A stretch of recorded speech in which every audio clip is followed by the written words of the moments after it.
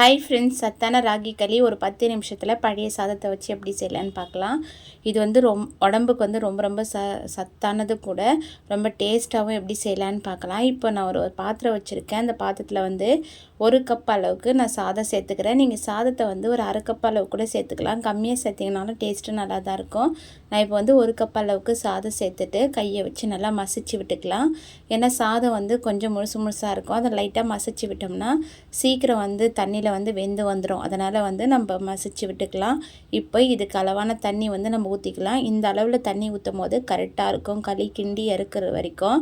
இப்போ பார்த்திங்கன்னா நான் எடுத்த இல்லையா சாதம் அளந்து இல்லையா, அதே கப்பில் வந்து ஒரு 2.25 கப் அளவுக்கு தண்ணி ஊற்றிக்கிட்டு 2 கப் அளவுக்கு கரெக்டாக இருக்கும்.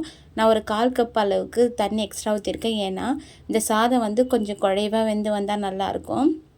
இது வேகிறதுக்கு ரொம்ப நேரம்லாம் ஆகாது. கொதி வந்ததுக்கப்புறம் லைட்டாக ஒரு நிமிஷம் விட்டிங்கன்னா சூப்பராக குழைவாக வந்துடும். இதுக்கு தேவையான அளவு உப்பு சேர்த்துக்கலாம். கல் உப்பு சேர்த்துட்டு நல்லா கொதிக்கட்டும். ஒரு 2 நிமிஷம் கொதித்ததுக்கப்புறம் சாதம் நல்லா வந்து குழைவாக வெந்து வந்துடும். அதுக்கப்புறம் வந்து நம்ம மாவு வந்து சேர்த்துக்கலாம். இப்போ இதில் நல்லா கலரிட்டு நம்ம செக் பண்ணி பார்த்துக்கலாம். களி செய்யும் போது சில பேர் வந்து வெறும் மாவு வச்சு செய்வாங்க. அப்படிலாம் நொய்யரிசி போட்டு அதை வேக வச்சுட்டு செய்வாங்க. இந்த மாதிரி கொஞ்சமாக மீந்திருக்க சாதத்தை வச்சு செய்யும் போதும் நல்லா தான் இருக்கும். இப்போ இது வந்து ஒரு 10 நிமிஷத்தில் டக்குன்னு செஞ்சு முடிச்சிடலாம். இப்போ பார்த்திங்கன்னா இது நல்லா சாஃப்டாக வெந்து வந்துடுச்சு. இதில் வந்து 1 கப் அளவுக்கு மாவு எடுத்துக்கலாம்.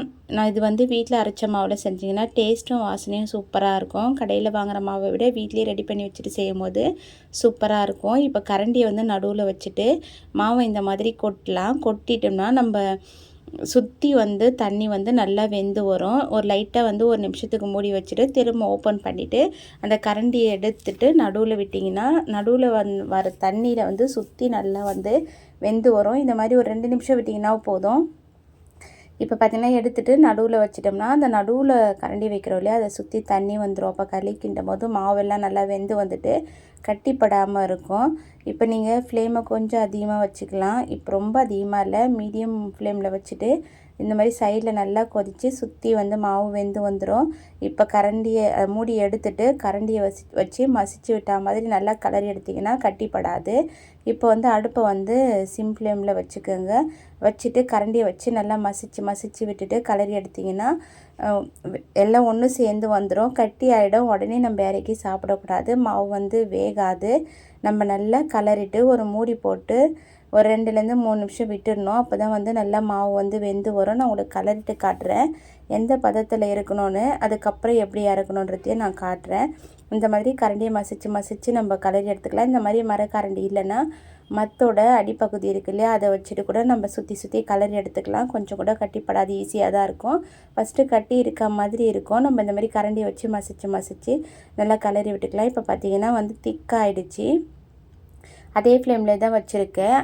இதுக்கப்புறம் வந்து ஃப்ளேமை வந்து ஹை ஃப்ளேமில் மீடியம் ஃப்ளேம்லேயும் வைக்கக்கூடாது. பார்த்திங்கன்னா தெரியும் கலர் வந்து லைட்டாக இருக்குது. இப்போ நல்லா கலரி விட்டுட்டு நம்ம பக்கத்துலேயே வந்து ஒரு கிண்ணத்தில் வந்து தண்ணி வச்சுருக்கணும். தண்ணியை வந்து தொட்டுட்டு அந்த கரண்டியில் இருக்க மாவை வந்து வழித்து விடணும். அப்போ தான் வந்து சூடு படாமல் இருக்கும் கையில். இப்போ வந்து ஒரு 2 நிமிஷத்துக்கு வந்து மூடி போட்டு வச்சிடலாம். வச்சுட்டு இப்போ லைட் கலராக இருக்கிறது நல்லா டார்க்காக வந்து மாவு வெந்துடுச்சுன்னா நல்லா டார்க் கலராக வந்துடும். இப்போ ஓப்பன் பண்ணி உங்களுக்கு காட்டுறேன். அந்த பதத்துக்கு கண்டிப்பாக வெந்திருக்கணும். அப்போ தான் வந்து வயிற்றுக்கு எந்த பிரச்சனையும் வராது. சில பேருக்கு மாவு வேகாமல் சாப்பிட்டா வயிறு வலி, வயிற்று வந்து கலக்கிற மாதிரி இருக்கும். அந்த மாதிரிலாம் இல்லாமல் இருக்கணும்னா நல்லா வேக வச்சுட்டு சாப்பிடுங்க. இப்போ பார்த்திங்கன்னா கலர் வந்து டார்க் கலராக நல்லா மாறிடுச்சு. இப்போ வந்து தண்ணி தொட்டு பார்த்திங்கன்னா கையில் ஒட்டாமல் இருக்கும். அதே மாதிரி இந்த மாவை எடுத்து விடுறதுக்கு பக்கத்தில் கிண்ணத்தில் தண்ணி வச்சுட்டு வழித்து விட்டுட்டு சுற்றி இருக்க மாவை வழித்து விட்டுட்டு அடுப்பை வந்து ஆஃப் பண்ணிடலாம். அடுப்பை ஆஃப் பண்ணிவிட்டு மூடி போட்டு ஒரு 5 நிமிஷத்துக்கு அப்படியே விட்டுட்டிங்கன்னா சப்போஸ் மாவு வேகாமல் இருந்ததுன்னா நல்லா வெந்துட்டு உருண்டை பண்ணுறதுக்கும் ஈஸியாக இருக்கும். இப்போ ஒரு 5 நிமிஷம் கழித்து ஓப்பன் பண்ணி காட்டுறேன். இந்த பதத்துக்கு இருக்கும். நம்மளுக்கு அப்படியே வேணால் எடுத்து வச்சு சாப்பிட்லாம். சப்போஸ் அப்படி வேணால் உருண்டைகள் வேணும்னா ஒரு கிண்ணத்தை நனைச்சிட்டு அந்த கிண்ணத்தில் வந்து ஒரு 2 கரண்டி அளவுக்கு எடுத்து போட்டு ஒரு 2 சுற்றுனீங்கன்னா அந்த கிண்ணத்துக்கு ஏற்ற மாதிரி ஷேப் வந்துடும். ஆனால் கண்டிப்பாக அந்த கிண்ணத்தில் வந்து தண்ணி தடவிட்டு தான் நம்ம வந்து உருண்டைகள் பிடிக்கணும். சூப்பராக இருக்கும். கண்டிப்பாக ட்ரை பண்ணி பாருங்கள். சாப்பிட ரொம்ப டேஸ்ட்டாக இருக்கும். உடம்புக்கும் ரொம்ப ரொம்ப நல்லது. சத்தானதும் கூட. குழந்தைங்களுக்கு வந்து சின்ன வயசுலேருந்தே நம்ம இதெல்லாம் பழக்கி விட்டுட்டோம்னா அவங்க வளர வளர இதெல்லாம் கொடுத்தோம்னா வேண்டான்னு சொல்ல மாட்டாங்க, விரும்பி சாப்பிடுவாங்க. இப்போ இது வந்து காரக்குழம்பு, மீன் குழம்பு, கருவாட்டு குழம்புலாம் ரொம்ப ரொம்ப சூப்பராக இருக்கும். மொச்சை கருணக்கிழங்கு போட்டு வைக்கிற காரக்குழம்பு இது அட்டகாசமாக இருக்கும். உங்களுக்கு எந்த குழம்பு வச்சு சாப்பிட ரொம்ப ரொம்ப பிடிக்கும்னு கீழே கமெண்ட் பாக்ஸ்லாம் கூட ஷேர் பண்ணிக்கோங்க.